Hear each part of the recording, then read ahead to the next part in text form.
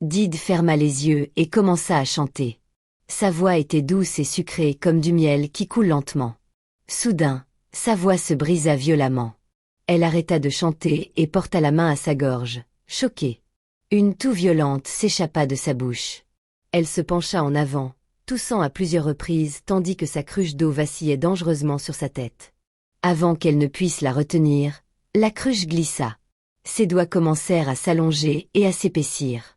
Ses bras gonflèrent alors que des muscles puissants se dessinaient sous sa peau. Ses jambes devinrent plus grosses et plus fortes, déchirant légèrement le bord de son pagne. Sa poitrine s'élargit rapidement et ses épaules devinrent larges comme celles d'un jeune homme robuste. Dide poussa un grand cri de peur alors que la terreur envahissait tout son corps. Elle baissa les yeux vers ses mains, les tournant à gauche et à droite avec confusion. Ses doigts fins et féminins avaient disparu. Ses paumes étaient rugueuses et larges. Elle toucha lentement son visage et se figea en sentant une barbe épaisse pousser rapidement sur son menton et ses joues. Son cœur battait follement. Elle hurla, mais le cri sortit grave et puissant, comme la voix d'un homme adulte. Dide recula d'horreur, tremblant de tout son corps avant de se retourner brusquement et de s'enfuir en courant loin de la rivière, criant de terreur. Alors qu'elle courait aveuglément sur le sentier de brousse menant chez elle, les feuilles sèches craquaient sous ses pieds. Des larmes coulaient sur son visage tandis qu'elle tentait de comprendre ce qui venait de lui arriver. Soudain, une jeune femme portant un masque sombre surgit des buissons épais près de la rivière. Les yeux de la femme brillaient d'une excitation malveillante. La femme masquée souffla une étrange poudre blanche dans l'air en direction de Dide. La poudre flotta lentement comme une brume. La femme éclata d'un rire méchant et sonore qui résonna dans les buissons. Son rire était aigu et terrifiant. Sans un mot, elle se retourna et disparut rapidement dans la forêt dense, comme si elle n'avait jamais été là. Dide entendit le rire et s'arrêta un instant, haletante, regardant en arrière les buissons qui tremblaient encore là où la femme masquée avait disparu. La peur serra plus fort sa poitrine. Elle ne comprenait pas qui était cette femme ni pourquoi elle riait. La panique la poussa à continuer sa course vers la route du village. Lorsqu'elle atteignit le chemin poussiéreux menant au village, quelques femmes portant du bois de chauffe la virent approcher en criant. Elles s'arrêtèrent et la regardèrent avec horreur.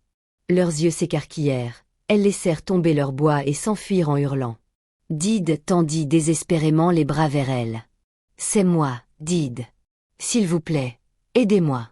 Je ne sais pas ce qui m'est arrivé à la rivière, cria-t-elle. Mais sa voix grave les terrifia encore plus. Elles coururent plus vite en appelant à l'aide.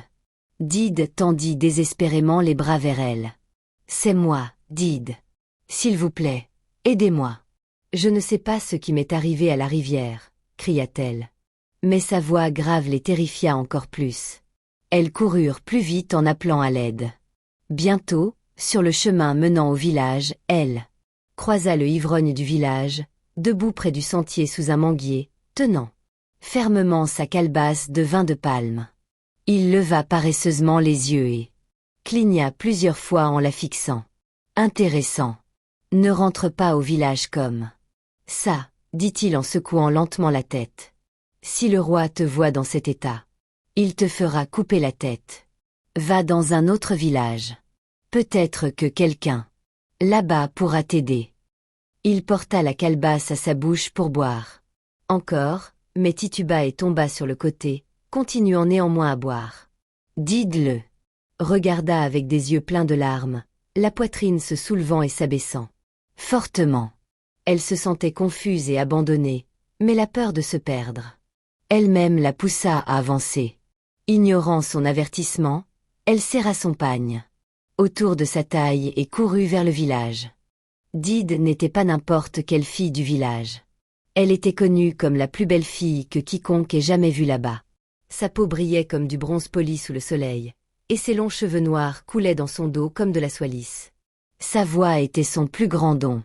Chaque fois qu'elle chantait, les cultivateurs arrêtaient de travailler pour l'écouter. Les enfants cessaient de jouer et accouraient juste pour l'entendre. Les oiseaux se rassemblaient autour de son toit tous les soirs pour chanter avec ses mélodies. À seulement 19 ans, Dide avait déjà conquis le cœur de nombreux hommes, jeunes et vieux, du village. Chaque matin et chaque soir, des hommes faisaient la queue devant la maison de son père, apportant des paniers remplis de récoltes fraîches, ignames, maïs, légumes, huile de palme, juste pour voir son sourire. Certains venaient avec des chèvres et des poulets en cadeau. Un jour, l'homme le plus riche du village se présenta fièrement devant son père sous le grand manguier devant leur concession. « Papa Dide, permettez-moi d'épouser votre fille, dit-il. Hardiment. Je la couvrirai d'or de la tête aux pieds. Elle ne marchera plus. Jamais, car j'achèterai des chevaux pour qu'elle se déplace partout où elle voudra. Elle ne connaîtra jamais la faim ni la souffrance. » L'homme sourit avec assurance tandis que les villageois s'étaient rassemblés pour regarder. Papa Dide redressa le dos et secoua fermement la tête. « Jamais, répondit-il avec force. Ma belle-fille, ma fierté, n'épousera jamais le mari d'une autre femme. » Les villageois murmurèrent de surprise, car l'homme riche avait déjà plusieurs épouses. Papa Dide releva le menton avec fierté. Son mari descend tout droit du ciel, ajouta-t-il avec un visage sérieux. L'homme riche partit furieux, mais Papa Dide resta souriant fièrement tandis que les villageois louaient sa décision.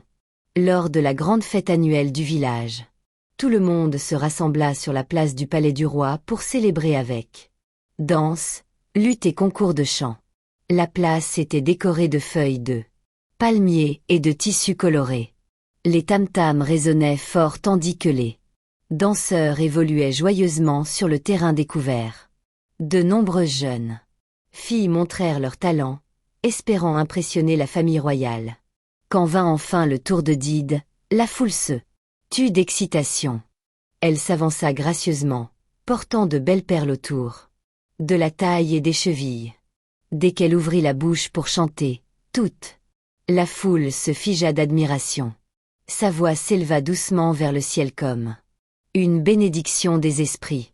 Même le roi se pencha en avant, souriant largement.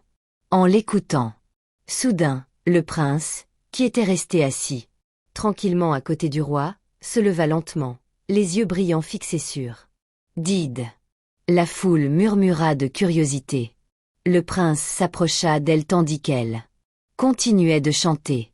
Quand elle eut fini, il sourit chaleureusement, enleva son collier d'or brillant et le passa doucement autour du cou de Dide.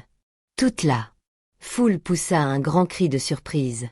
Certaines jeunes filles célibataires faillirent s'évanouir de chagrin, car beaucoup aimaient secrètement le prince. « Depuis des années, j'ai enfin trouvé l'os de mes os, » déclara fièrement le prince.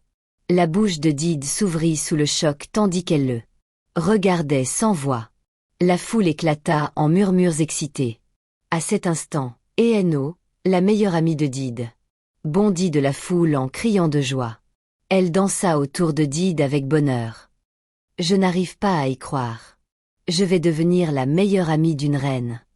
cria-t-elle fort. Mais d'autres jeunes filles regardèrent Dide avec une jalousie brûlante dans les yeux, murmurant des paroles amères entre elles. Ce même soir, le roi envoya 5 vaches grasses, des sacs de riz, des ignames et d'autres vivres chez Dide comme signe d'approbation royale. Toute la concession fut remplie de célébrations. Papa Dide était assis fièrement sous le grand manguier, s'éventant avec un éventail, tout en souriant d'une oreille à l'autre. Les voisins se rassemblèrent pour le féliciter. « C'est ce que je disais toujours, » cria-t-il fièrement. « Ma fille mérite le meilleur. » Les femmes poussaient des cris de joie tandis que les enfants dansaient autour des vaches attachées près de la concession. Dide était assise tranquillement à côté de son père, encore timide mais heureuse. Eeno restait près d'elle, lui chuchotant des blagues et riant joyeusement à l'idée de la vie au palais. Mais parmi la foule en liesse, quelques jeunes filles se tenaient à l'écart, observant avec des yeux froids et jaloux. Leurs murmures flottaient comme du poison dans l'air du soir. Certaines estimaient que Dide ne méritait pas une telle faveur royale. Inconnue de Dide, une sombre jalousie grandissait lentement autour d'elle comme un feu silencieux attendant le vent. Inconnue de Dide, une sombre jalousie grandissait lentement autour d'elle comme un feu silencieux attendant le vent. Quelques jours après la fête, Dide décida d'aller à la rivière tôt le matin pour puiser de l'eau, sans savoir que sa vie allait changée à jamais. Elle fredonnait doucement en portant sa cruche, se rappelant le sourire du prince et le collier d'or qui reposait magnifiquement autour d'eux. Son cou. Elle ignorait totalement que quelqu'un l'observait déjà en silence. Depuis les buissons ce matin-là. Maintenant, alors que Dide courait vers le village dans son nouveau corps terrifiant, la poussière s'élevait sous ses pieds puissants.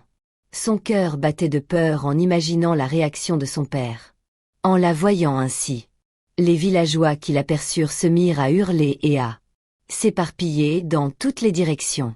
Les mères saisissaient leurs enfants et se précipitaient dans leurs cases en claquant les portes. Certains hommes ramassaient des bâtons et des machettes, l'observant prudemment de loin. « N'approche pas !» cria quelqu'un. « Reste loin !» hurla une autre voix. Dide s'arrêta de courir et tendit les bras vers eux en pleurant fort. « S'il vous plaît, c'est moi, Dide !» cria-t-elle. Désespérément.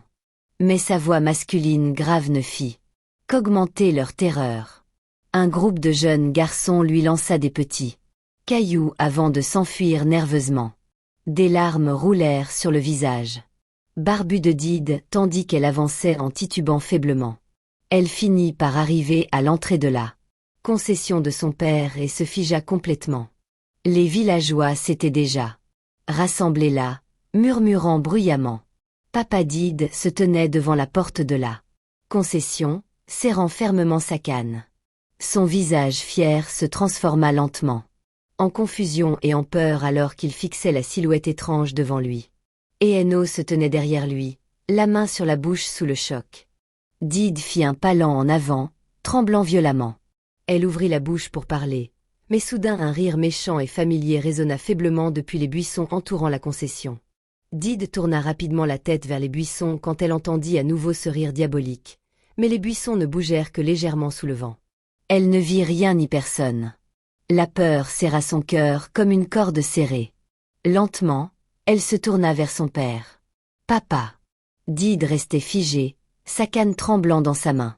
Sa bouche s'ouvrit lentement tandis qu'il fixait la silhouette étrange. Son visage fier parut, soudain faible et brisé. « Quoi ?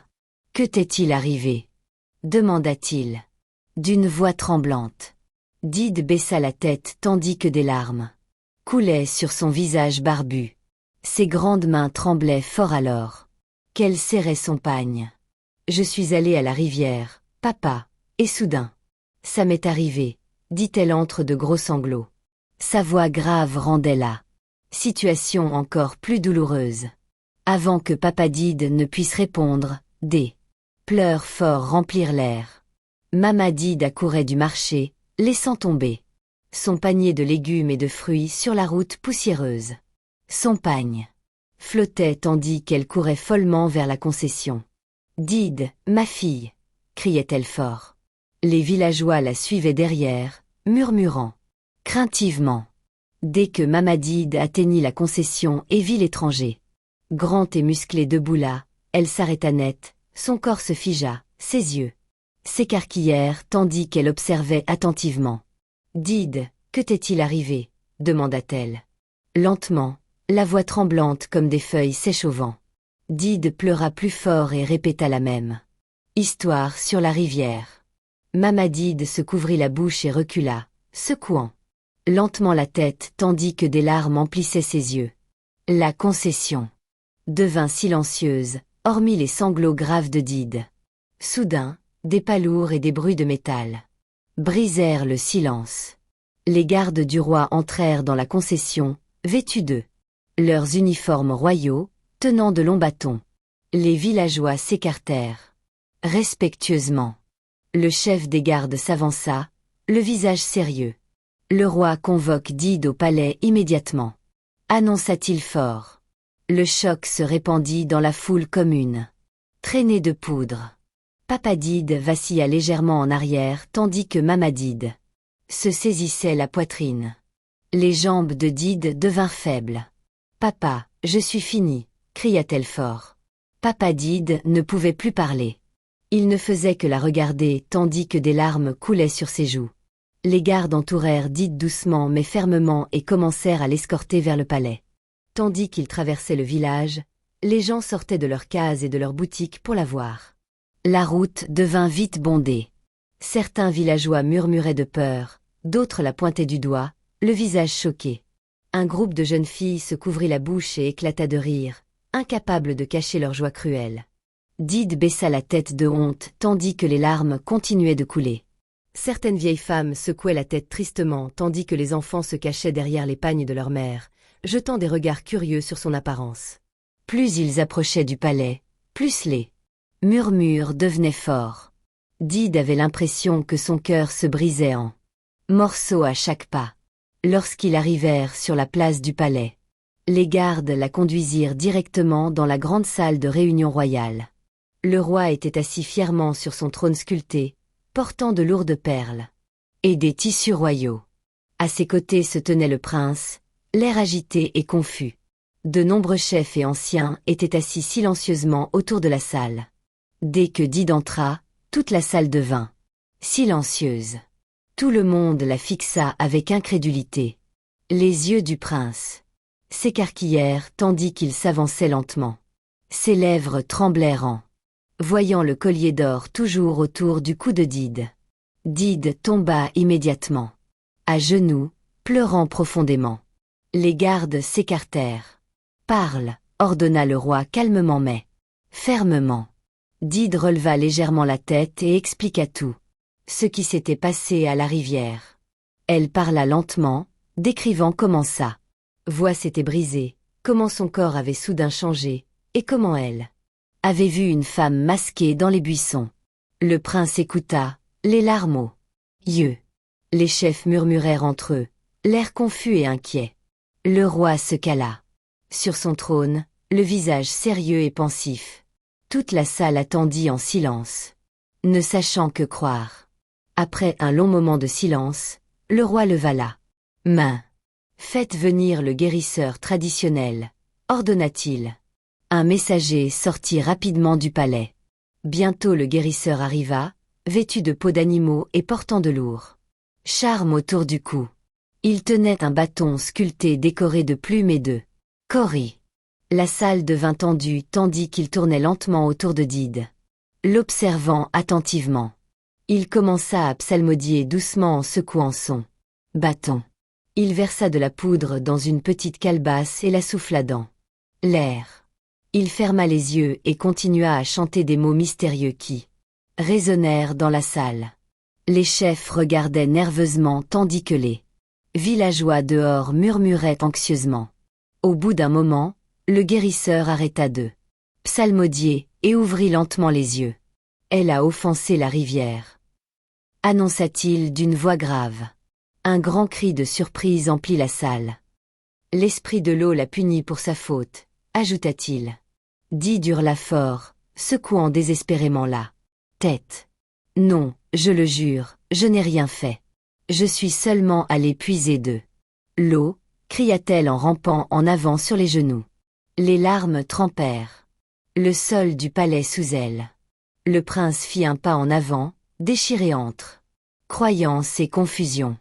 Mais le guérisseur leva à nouveau la main. « Si elle reste dans ce village, la rivière pourrait apporter de grands malheurs à tout le monde, » avertit-il sérieusement. La peur se répandit sur les visages des chefs. Le roi resta silencieux un moment, réfléchissant profondément. Toute la salle attendit nerveusement sa décision. Enfin, le roi leva son bâton. « Très bien, » dit-il lentement. « Dide est bannie de ce village. Elle ne doit pas revenir, tant que la rivière ne lui aura pas pardonné. » L'annonce tomba lourdement dans la salle comme un coup de tonnerre. Dide hurla et tendit les mains vers le trône. « Je n'ai rien fait. S'il vous plaît, croyez-moi, » pleura-t-elle douloureusement. Mama Dide s'effondra dans les bras de Papa Dide, tandis qu'ils pleuraient tous les deux fort. Le prince se détourna, se couvrant le visage tandis que des larmes coulaient sur ses joues. Les gardes relevèrent doucement Dide et commencèrent à l'escorter hors du palais. Dehors, les villageois s'étaient rassemblés en grand nombre, attendant la décision. Quand ils apprirent le jugement du roi, des réactions mêlées emplirent l'air. Certains villageois sourirent. Secrètement, surtout les jeunes filles jalouses. D'autres pleurèrent. Ouvertement, secouant la tête tristement. Tandis que Dide marchait lentement vers la limite du village, ses parents la suivirent en pleurant sans pouvoir l'aider. Sa mère n'arrêtait pas d'appeler son nom tandis que son père marchait silencieusement, les épaules lourdes de douleur. La poussière s'élevait sous leurs pieds tandis que les villageois les suivaient comme une lente procession de chagrin et de curiosité. Quand ils arrivèrent enfin à la limite du village, marqué par de grands arbres sacrés, les gardes s'arrêtèrent. « Tu dois passer au-delà de ce point », dit doucement le chef des gardes.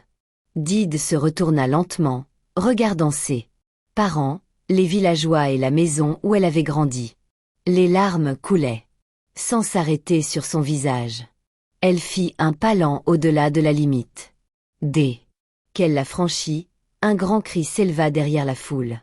Et Eno, sa meilleure amie, se fraya soudain un chemin à travers les villageois et s'effondra au sol, pleurant de manière incontrôlable. Elle frappa le sol poussiéreux de ses mains, en criant le nom de Dide sans cesse. Des femmes essayèrent de la retenir, mais elle se débattit et pleura encore plus fort. Dide resta figée de l'autre côté de la limite, regardant impuissante sa meilleure amie pleurer pour elle. Sa poitrine se soulevait et s'abaissait fortement tandis qu'elle essayait de rassembler la force de continuer à marcher dans la forêt inconnue devant elle. « Va chez ta famille maternelle. Je viendrai te voir », réussit enfin à dire son père. Derrière elle, les villageois commencèrent lentement à rebrousser chemin vers le village en petits groupes, murmurant et discutant de tout ce qui s'était passé. Certaines femmes secouaient la tête de pitié, tandis que d'autres riaient doucement. Un groupe de jeunes filles jalouses se rassembla le long de la route poussiéreuse, regardant Dide disparaître dans les buissons. « Ça lui va bien », dit l'une avec un sourire amer. Elle se prenait toujours pour la plus belle fille du village. Une autre rit et hocha la tête. « Maintenant elle a quitté le village pour nous. Voyons maintenant sur qui le prince va poser les yeux. » Leur rire résonna dans les buissons tandis que Dide s'enfonçait plus profondément sur le sentier forestier. Elle marchait lentement, pleurant en silence tandis que les feuilles sèches craquaient sous ses pieds puissants. Soudain, quelque chose d'étonnant se produisit. Quelques oiseaux colorés descendirent des arbres voisins et commencèrent à la suivre silencieusement. Dide les remarqua et s'arrêta. Elle les regarda avec des yeux pleins de larmes et sourit faiblement. Les oiseaux gazouillèrent, doucement comme pour la réconforter. Pendant un instant, elle oublia son chagrin. Elle essaya de chanter doucement comme avant, mais dès que sa voix, grave et brisée sortit, elle se figea. Sa voix se brisa à nouveau, douloureusement. Ce rappel douloureux la fit éclater en larmes fraîches. Elle se couvrit le visage et pleura en continuant à marcher seule dans la forêt. Après des heures de marche, Dide arriva enfin au village maternel où vivait sa grand-mère. La petite concession paraissait paisible, entourée de palmiers. Sa grand-mère avait déjà entendu les rumeurs de ce qui s'était passé par des commerçants de passage. La vieille femme se tenait dehors devant sa case, attendant anxieusement. Et elle vint. Dès qu'elle vit Dide marcher vers elle, elle courut en avant avec une vitesse surprenante. Elle ne montra ni peur ni choc. Au contraire, elle serra Dide très fort dans ses bras avec amour et chaleur. « Mon enfant, ne pleure pas », dit doucement sa grand-mère en lui caressant le dos. « Tout ira bien. » Dide pleura fort dans les bras de sa grand-mère, comme une petite enfant qui a enfin trouvé la sécurité. Sa grand-mère lui prit la main et la conduisit à l'intérieur de la case, lui donnant à manger et à boire. Elle la traita avec gentillesse et ne la laissa jamais se sentir indésirable. Chaque matin, la grand-mère de Dide se levait pour offrir des prières aux dieux en son nom. Les jours devinrent des semaines, les semaines des mois. Lentement, Dide commença à s'habituer à sa nouvelle vie, et dans sa Grand-mère pour de petites tâches. Pendant ce temps, dans son village natal, la vie reprit lentement son cours normal. Les villageois cessèrent de parler d'eux. Did. Les décorations de la fête furent enlevées et les gens reprirent leur activité quotidienne de culture et de commerce. Mais à l'insu de tous, un secret choquant était sur le point d'être révélé. Un matin très tôt, un récolteur de vin de palme grimpa à un grand palmier près du sanctuaire sacré à côté de la rivière. Il attacha soigneusement sa corde et commença à recueillir le vin de palme dans sa calebasse. Tandis qu'il travaillait, il entendit soudain des voix étranges venant du sanctuaire voisin. Curieux, il regarda attentivement du haut d'eux l'arbre et vit des mouvements à l'intérieur. Ses yeux s'écarquillèrent de choc. Il descendit rapidement de l'arbre, le cœur battant de peur et de confusion. Lentement, il s'approcha du sanctuaire sur la pointe des pieds et regarda par une petite ouverture. Dès qu'il vit clairement ce qui se passait à l'intérieur, il étouffa un cri et se couvrit la bouche. Sans perdre une seconde, il se retourna et courut aussi vite que ses jambes bleues pouvaient. Il traversa la route du village, haletant, jusqu'à la porte du palais. Les gardes l'arrêtèrent en disant qu'il était trop tôt, mais il exigea de voir le roi d'urgence. Sa voix tremblait tandis qu'il suppliait qu'on le laisse entrer. Quand il fut enfin autorisé à entrer, il tomba à genoux devant le roi et commença à expliquer ce qu'il avait vu. Dès qu'il mentionna le sanctuaire et le guérisseur, le roi et les gardes du palais poussèrent un cri d'incrédulité. Le roi ordonna immédiatement aux gardes d'amener le guérisseur traditionnel et Eeno, la meilleure amie de Did, au palais. Les gardes sortirent rapidement et revinrent peu après avec les deux, l'air nerveux. Le roi ordonna également que tous les villageois se rassemblent sur la place du palais. Bientôt, tout le village fut réuni, murmurant curieusement sur ce qui se passait. Le roi leva son bâton et imposa le silence. Il ordonna ensuite au récolteur de vin de palme de répéter ce qu'il avait vu au sanctuaire. Le récolteur déglutit nerveusement et parla lentement. J'ai vu le guérisseur et Eeno coucher ensemble. À l'intérieur du sanctuaire, dit-il. La foule poussa un grand cri de surprise.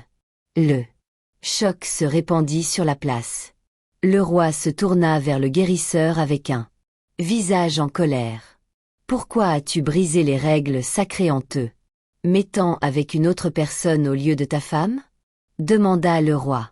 Sévèrement. Le guérisseur baissa la tête de honte. Après un long silence, il finit par avouer. Il admit que lui et Eeno se rencontraient secrètement depuis longtemps. La foule murmura sous le choc. Il continua à parler lentement, la voix tremblante. Eeno est venue me voir un matin.